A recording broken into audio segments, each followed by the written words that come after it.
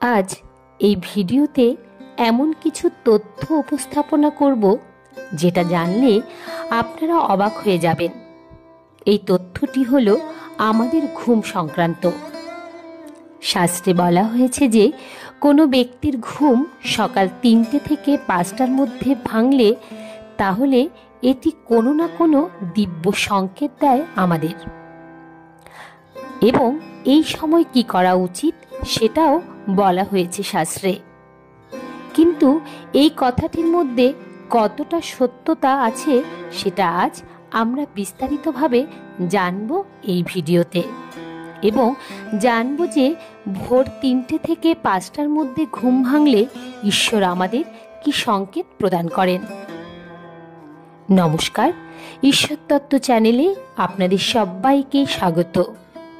আমি দীপান্বিতা শুরু করছি আজকের এই ভিডিওটি শেষ পর্যন্ত মনোযোগ সহকারে দেখার অনুরোধ করছি। আশা করছি ভিডিওটি আপনাদের সমৃদ্ধ করবে।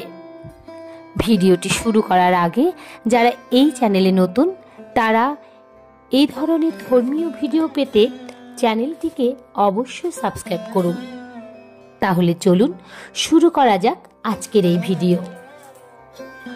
অনেক সময় এরকম হয় যে রাতের বেলায় খুব গভীর নিদ্রা থাকা সত্ত্বেও হঠাৎ করে আমাদের ঘুম ভেঙে যায়। অনেকেই এরকম হওয়াকে খুব স্বাভাবিক মনে করে এবং আবার ঘুমিয়ে পড়ে, কিন্তু বাস্তবে আপনার ঘুম যদি এরকম হঠাৎ করে ভেঙে যায় তাহলে এটা একদমই স্বাভাবিক জিনিস নয়। এটা কোনো না কোনো কিছুর সংকেত দেয় আপনাকে।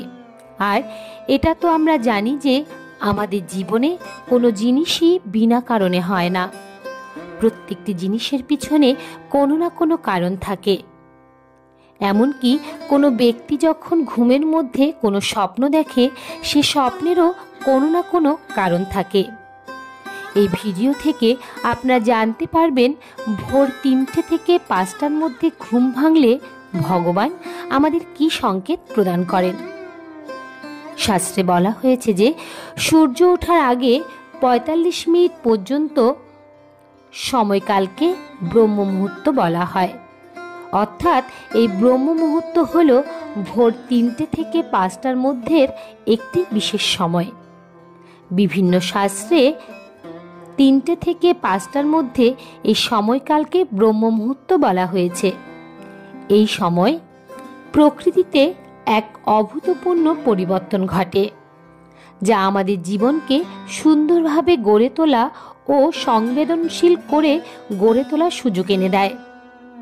শাস্ত্রে বলা হয়েছে যে এই একটি শক্তিশালী সময়, যে সময় মানুষ তার সকল পাপ থেকে মুক্ত হতে পারে। এই একটি বিশেষ সময়, যে সময় মানুষের করা প্রার্থনা সবচেয়ে বেশি ফলপ্রদ হয়। স্বয়ং ভগবান বলেছেন যে তাকে স্মরণ, তার ক্ষমা, দয়া, করুণা ও তার প্রার্থনা করার শ্রেষ্ঠ মুহূর্ত হল এই ব্রহ্ম মুহূর্ত। শাস্ত্রে আরও বলা হয়েছে যে এই ব্রহ্ম মুহূর্তের সময়টা খুব শান্ত থাকে এবং প্রকৃতি শুদ্ধ পবিত্র থাকে। ফলে এই সময় কোনো ব্যক্তি নিয়মিত ঘুম থেকে উঠলে সে সকল মানসিক চাপ থেকে মুক্ত হয়ে যায় এবং মস্তিষ্কের ক্ষমতাও বৃদ্ধি পায়। শাস্ত্রে এও বলা হয়েছে যে এই সময়ে মানুষ ঈশ্বরের সাথে সবচেয়ে বেশি সংযোগ স্থাপন করতে পারে। ফলে মানুষ যা মনের ইচ্ছা নিয়ে এই সময় ঈশ্বরের নিকট প্রার্থনা করে তার মনের সকল ইচ্ছা ঈশ্বরের কৃপায় পূর্ণ হয়। এবার আমরা জানব এই সময় ঘুম ভাঙলে আমাদের কি করা উচিত। এই সময় ঘুম ভাঙলে আবার ঘুমিয়ে না পড়ে চোখে মুখে জল দিয়ে অন্তত কিছুক্ষণ সময় ওং মন্ত্রে বা সূর্য মন্ত্রে অথবা গায়ত্রী মন্ত্র কিংবা আপনার দীক্ষা মন্ত্রে অবশ্যই জপ করুন। আপনি যে মনের কামনা নিয়ে এই সময় জপ ধ্যান করেন আপনার মনের কামনা অবশ্যই পূর্ণ হবে। আপনি যদি নানা সমস্যা ও চিন্তার মধ্যে দিয়ে থেকে থাকেন তাহলে এই সময় জপ ধ্যান করলে আপনার সকল সমস্যা দূর হবে। মানসিক শান্তি অনুভব করতে পারবেন আপনি। শরীর স্বাস্থ্য ভালো থাকবে, সারাদিন সতেজ থাকবেন আপনি। শাস্ত্রে আরও বলা হয়েছে যে সাধকরা এই সময় জগতের মঙ্গলের জন্য নিজস্ব জপের ফল প্রকৃতিতে ছড়িয়ে দেন। ফলে এই সময় যদি আমরা সাধারণ মানুষ এই সময় জপ ধ্যান করি, তাহলে সাধকদের জপের ফল আমরা পাই এবং আমাদের জীবন সুখ শান্তিময় হয়ে ওঠে। যারা আধ্যাত্মিক উন্নতি করতে চান তাদের জন্য অত্যন্ত গুরুত্বপূর্ণ সময় এই ব্রহ্ম মুহূর্ত। সাধকেরা এই সময় ঈশ্বরের সাধনা জপ ধ্যান করে থাকেন।